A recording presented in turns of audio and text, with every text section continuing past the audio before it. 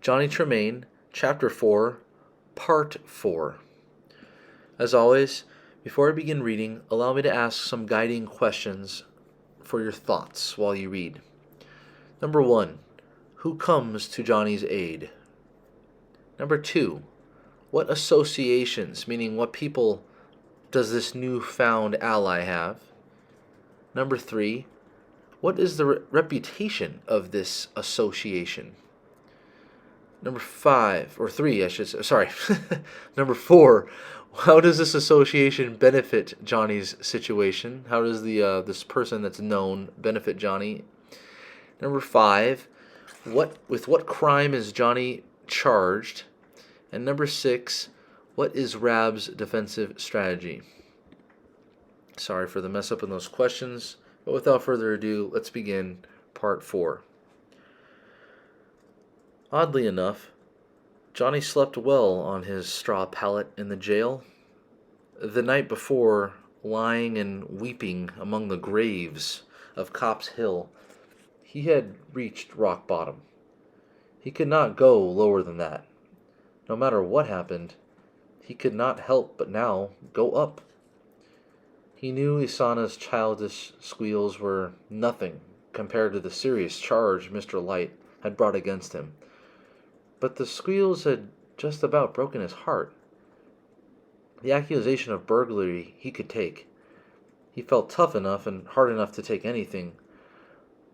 But he could not help but think of the gallows, just beyond the town gates, how they had loomed up at him through the dark of the night, like a warning.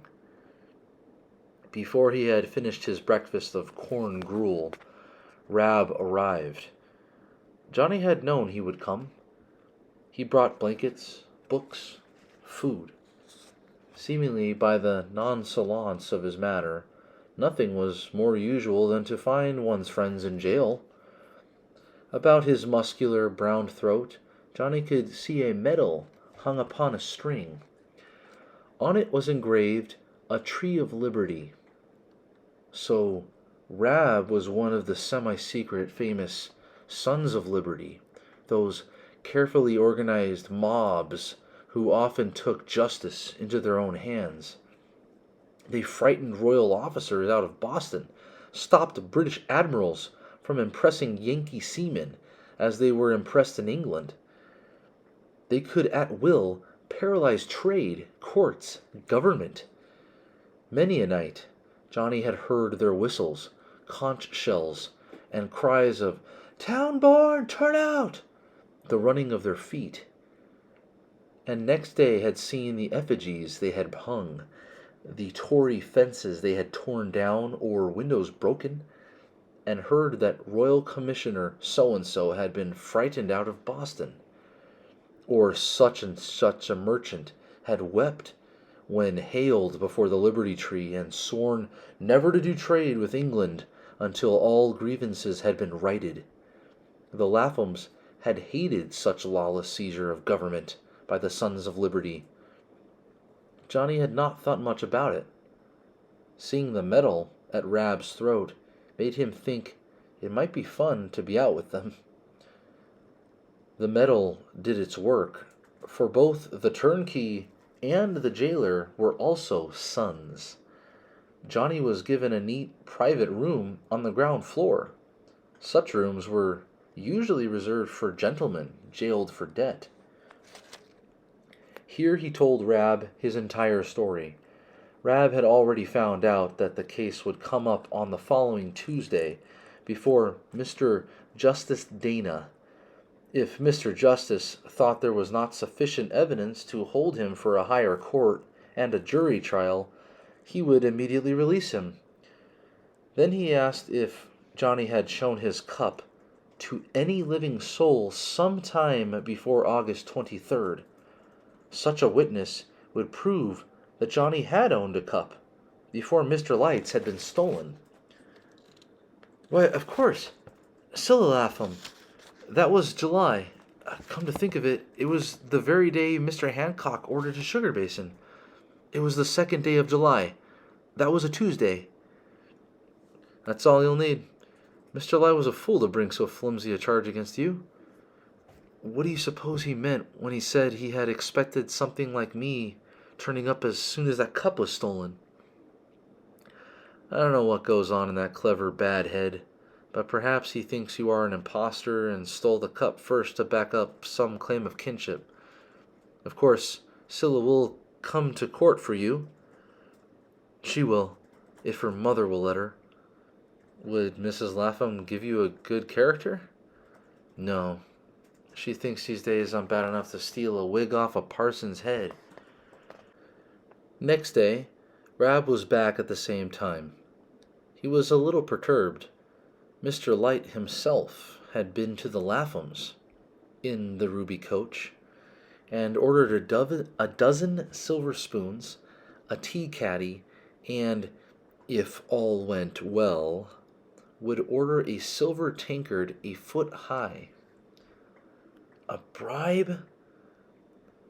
Scylla says he paid in advance.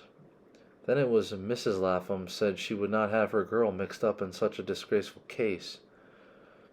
She promised Scylla would spend next Tuesday under lock and key. I could hang first. And she is determined to please that Mr. Tweedy too. If he won't sign that contract and get right to work, she can't get Mr. Light's silver made. Poor old Mr. Lapham won't do anything but read his Bible. Says he hasn't got long to prepare to meet his maker. By the way, Mr. Tweedy just about hates you. Says you called him a squeak pig. He didn't like it. Of course I called him a squeak pig. Don't see why he cares. Well, you go around calling people squeak pigs and you just about got to take it when they hit back. Not with their tongues. Mostly they're not quick enough. But like this. Tweedy saw his chance to get back at you. Says if Mrs. Lapham lets Scylla testify for you, he'll take a ship back to Baltimore. Says he's sensitive and a great artist and he can't be upset by thieves and brawlers. Well, never mind. But I don't see the point of going around and...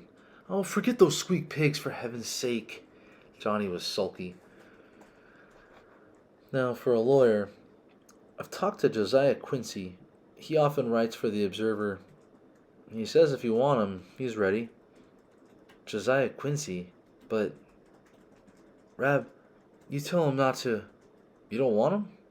He's the best young lawyer in Boston. I could never pay him. You don't understand. He'll give you his time for nothing. He's coming to see you this afternoon. And I'm meeting Scylla, sort of behind her mother's back, to make plans. It all depends on Scylla, doesn't it? Well, pretty much. And Mrs. Lapham and the Tweedy, say they'll lock her up? Lock her up so I can't get her out? Boy, I could get her out of this jail. Get her out of the Tower of London. And that girl would testify for you, even if it cost her life. What's her real name? Priscilla. Well, may Priscilla be on my side if ever I'm accused of anything. What about the little girl? Is she really as bright as she looks? No, I don't think so. She's just a sort of parrot. She's always going around repeating what Scylla or anyone else says to her, as if she's thought it all up herself.